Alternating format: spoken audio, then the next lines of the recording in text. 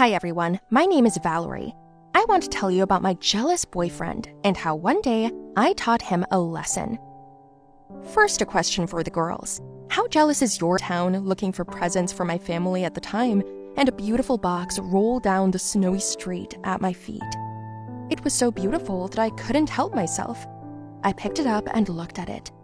At that moment, a voice came from behind me. Stop, don't open it, that's mine. I turned around and saw a guy standing in front of me with a bunch of boxes under his arms, even carrying a bag in his teeth. What are you, Santa's intern? No, I'm the one who didn't buy his presents on time. Me too. And for whom is this beautiful box? Who cares? I'm in a hurry. Give it to me. And if I don't give it to you? Why would you do that? It came running to my feet. I think it came for a reason. It's mine. Find yourself another present. I wonder what's inside. Give it back, I said. He started running after me so ridiculously with boxes in his hands, and I ran away from him. I was just having fun. I was a little bored and wanted a little bit of excitement. We ran to the first intersection until he hit the ground in a pile of snowdrifts. I laughed, walking over to him. I helped him up and get it all together. He said, So much for fun. I don't have time. Me too. It's not just at your house that things are chaotic. If that's the case, take the box, but give me a ride home. My car's in the shop. What makes you think I'm gonna give a stranger a ride? What? You almost broke my tailbone, so come on. All right, fine. We got in my car, and he said I had to stop someplace first. We argued the whole way. I hated him and regretted taking that box. And then we got to the designated place. What is this place? A nursing home. Why? I give gifts to the elderly every year. I save money all year long and buy something nice for everyone. But I kept one of the gifts. Don't worry, your gift was the last one on the list. That old man died while I was shopping for his present. What? Just kidding. I bought that one for me. Well, it'll be your cab fare. He took me with him and we said Merry Christmas to the old folks. To be honest, I had a good time there. And then I drove Chet home. We had a good chat on the way back, exchanging numbers. At home, I opened the box and found a man's watch inside. It was very nice, so I put it on my wrist right away. On Christmas Day, Chet texted me, congratulated me, and called me in for coffee the next day at 8 a.m. I didn't get enough sleep. I came in and complained a lot about him not letting me get it. Date after date after date. We got closer, and I started to fall madly in love with him. Talked a lot, ate, went for walks. I would pick him up from home and we would drive around town. And then it started. I remember I was walking with him in the park. I was wearing a light, beautiful dress with my shoulders open. Chad and I were talking about something, and a guy was walking toward me. He was looking at me very intently, and I had no idea why. Suddenly, Chet pulled me closer to him, and when we passed him, he asked me, Do you know him? What? No. Is that your ex? No, I've never seen him before in my life. Then why was he looking at you like that? How should I know? Maybe he's just like that in general. No one's like that in general. I don't like to be taken for a fool. Chet, what makes you think that? Nothing. Just don't wear a dress like that again. But it's my favorite. That's it. It's either the dress or me. Okay, fine. I won't. It all started with that look. First, he forbade me to wear open clothes, then any shoes with high heels. Then he began to forbid me to see girlfriends, and if I did, then he demanded to send a minute-by-minute photo report with who I was with, where, and sometimes he even wanted to video call. You know, I could take it all until one day, his paranoia crossed the line. I went to my niece's birthday party. My sister had thrown a party for her daughter at their house. I was in a good mood and didn't notice I had forgotten my phone in the car. I was having a good time there, and when I remembered my phone, I went to the car to get it. And just as I stepped outside, I saw Chet there. Oh my God! Chet, you scared me! Where did you come from? You didn't pick up the phone. I called. Oh yeah, I'm sorry. I left my phone in the car. Did you leave it there on purpose? I told you. No, I left it there because I was late. Why were you late? I didn't see you today. Were you seeing someone else? No, my mom just asked me to help her out, and then I was late getting here after. That's a great excuse. An excuse? Chet, don't start. And you? How did you get my sister's address? I stopped by your house. Your mother was here too, but got home before you. You stayed here. Why? My sister asked me to help clean up after. Did she? Yeah. Let's go then. But I haven't said goodbye. Let's go. Okay. We got in the car and just drove around town. Chet, as usual, took my phone and fiddled with it. It pissed me off. We started fighting. I told him I was sick of it all and that it couldn't go on like this anymore. He asked what I meant, and I told him we were breaking up. Chet didn't take it seriously, but I drove him home and asked him to get out of the car. He said he would call me tomorrow when I came to my senses. He opened the car door and put his foot in the glove compartment, and the very watch he had given me the day we met fell out. Why is it in the glove compartment? I just put it there. Why isn't it on your hand? I decided not to wear it today, Chet. Is that a problem? Yeah, it is. He abruptly grabbed my head and slammed me against the steering wheel, then dragged me out of the car and started kicking me in the head, legs, arms, and stomach. I screamed and begged him to stop, but he wouldn't listen. After a minute, he cried, got down on his knees, and begged me to forgive him. He said he loved me, that he would never do it again. And I forgave him. And that became the system. Every time he got himself worked up, he'd hit me and then ask for forgiveness and cry, and we'd make up. The bruises and abrasions became part of my normal skin. They didn't even have time to heal. Then one day, I just couldn't take it anymore.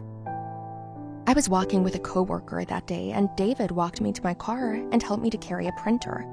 I thanked him and he left. Then a second later, Chet came out of nowhere. There, he beat me to the point where he almost broke a rib. And then he apologized again, begged again. But my patience snapped. First, I took him home, then I locked him out and disappeared for a few days. I just went away to a place where he wouldn't find me, visiting my grandmother. I knew he couldn't find me there. During that time, my social media was exploding with his messages. And then I hired an actor, booked a wedding photo shoot, and published the photos so only he could see them. The pictures turned out great. Then I came home, and of course, the first thing I saw was him hiding behind a tree. What's this all about? Hey, Chet, what's up? What's up? Are you laughing? Who is he? Did you marry him? Why, do you want to congratulate him? Who is he?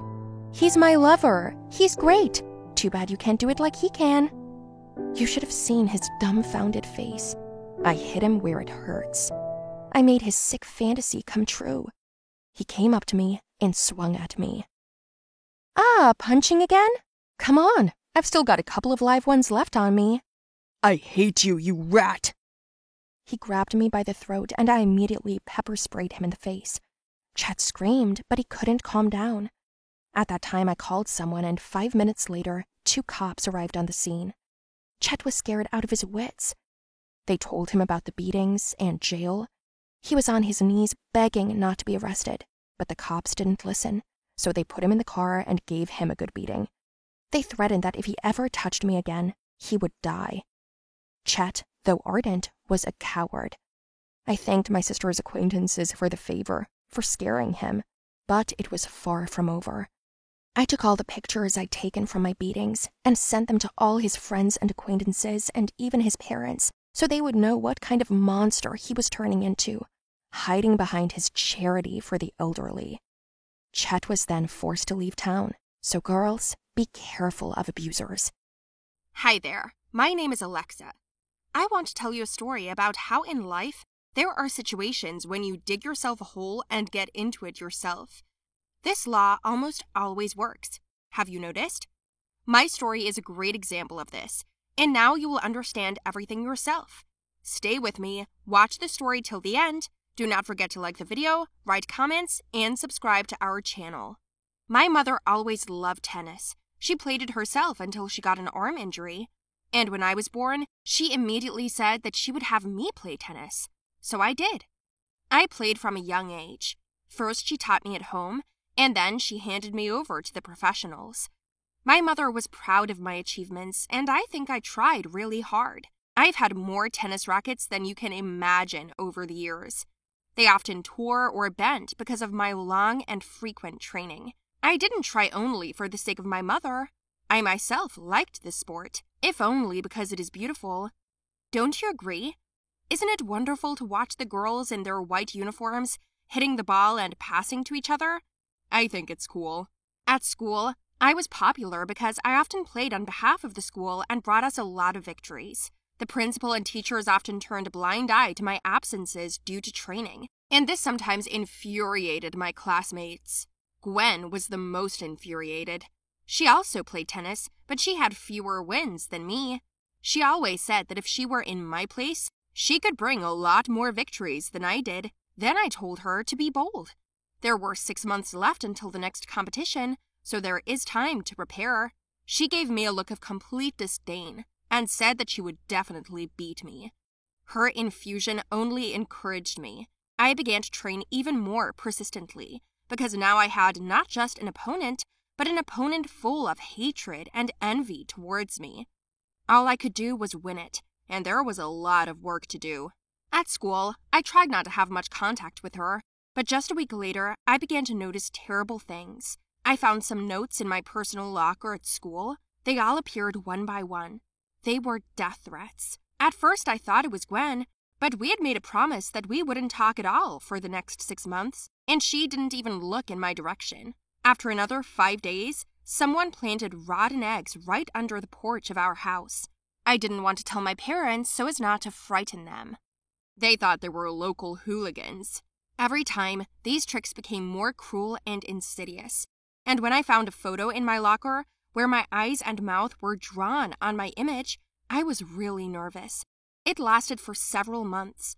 My training was not as good as before because I was always thinking about those threats. I stood in confusion, looking at the photo and couldn't move. And then suddenly, a girl from my class came up behind me. Her name was Nina. She saw the photo, but I quickly hid it. "Ah, now they've got you too?"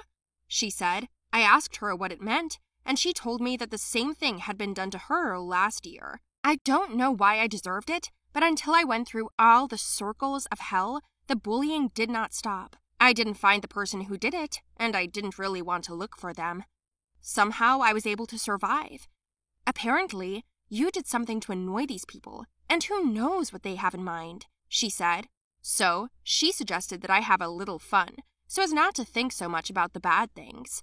When it happened to me, I rested and positive emotions saved me. "Come to my house this evening. It will be fun," she said. At first, I refused, because it was the evening before the competition. I wanted to get a good night's sleep. But Nina was eloquent and convincing. I agreed.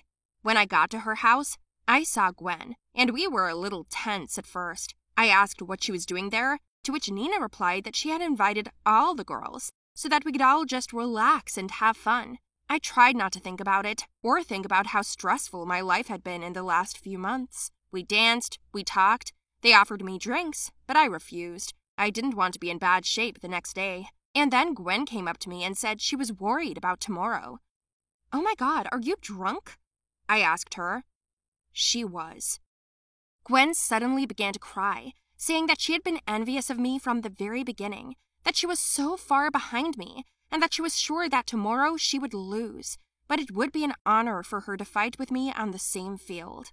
It was nice to hear that, and I hugged her and told her it was mutual. Gwen handed me a drink, but I declined, and she said it was in honor of our reconciliation. "I want to be friends with you and be a worthy opponent. What do you say?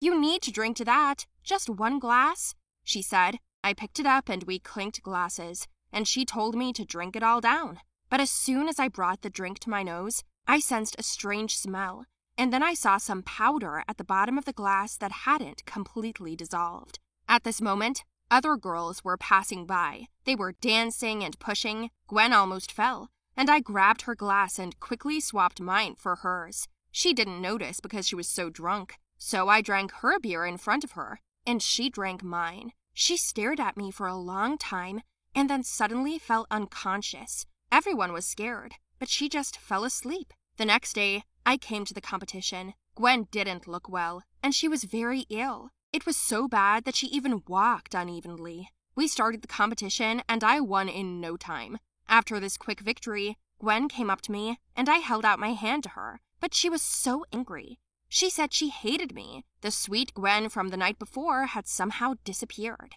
"You should have lost! Stop it!" she yelled. "Why? Because you put stuff in my glass? Now I know you're the one who's been bullying me all these months. You're just afraid of me," I told her.